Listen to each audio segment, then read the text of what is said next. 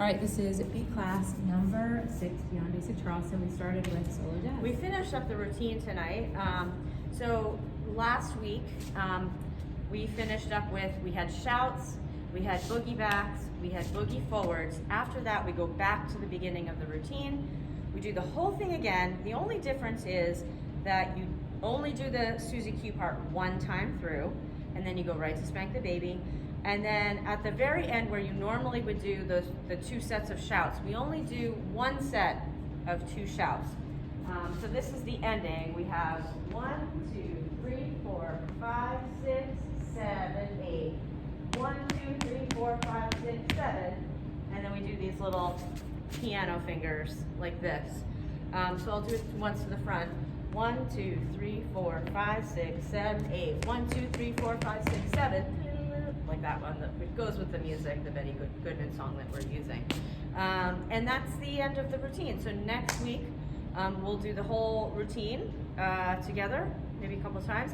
And you can look at that in this folder on YouTube. You can see the whole routine if you want to look at that sequence just to brush up. That's right. Yes. And then, let's see, we worked on Airplane Charleston a little bit more, and we just talked about a couple ideas there, making sure, well, first of all, if you're having issues with balance or getting the pulse of it or getting the footwork, solo practice, right? Just being able to practice this solo. Keeping low to the ground, having not such an upward bounce, but having a bounce that feels a little more parallel to the ground as you're doing the Airplane Charleston. Keeping forward on the balls of your feet, taking small steps. All these things are going to help you to feel more confident doing it. And we practice the difference between if you're practicing at home, good thing to practice. Maybe do this one from the side actually. Difference between kick-throughs, where we actually stop, our partner here leads, and airplane, where we keep on going. We say, hey, come with us. Should feel quite, no, that's fine, I just ended it there. Should feel quite different, those two things. So we're either stopping our follow with our frame on the kick-through, or we're continuing through into Airplane Charleston. If you need the details of Airplane Charleston, go back to video number 5 for that. Then we did crossovers tonight. And crossover Charleston looks like this. Sorry, I just pitched it.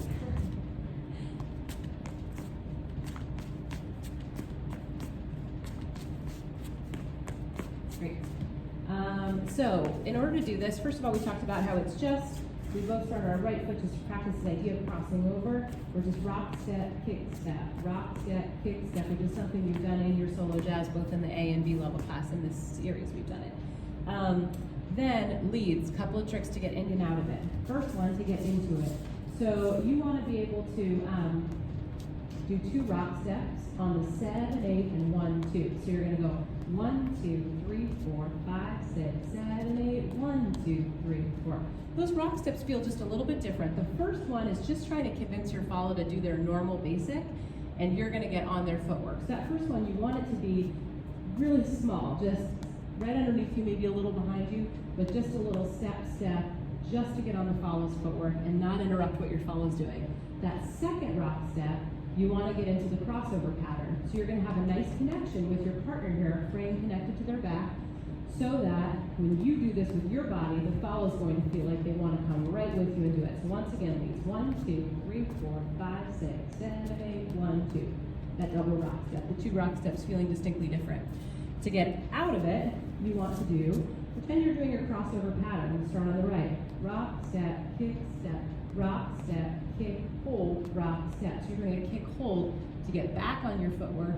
Follows are hopefully continuing your pattern, because as you do this kick, hold, rock, step, kick, hold, I'm going to extend my right side, encouraging the follow to do their last crossover back to side by side. Maybe we show that side by side. Let's start on our right foot. So we've got rock, step, kick, step. I'm going to do that hold, and I'm going to encourage Jen to do her last crossover, and then she'll feel me going back into basic Charleston. Maybe show that one more time really slow. Rock, step, kick, step. I'm encouraging Jen to go that way as I do that hold, and now we're back into it. So if we show the whole thing kind of slow, rock, step, from the beginning. Sorry. I didn't explain. Here's that double rock step. Now the follows feel that pattern. Now when I get out of it, the basic. We encourage follows in class as much as you can. Look up when you're doing this. It's so tempting to look at your feet when you're doing crossovers, but it's only going to lead you in bad directions because you're a lead switching their footwork, and you don't want to follow what they're doing. You want to feel that connection on your back in order to know what you're doing with your feet. Anything to add? You guys did a great job with this tonight. Yeah. Super successful. Nice job.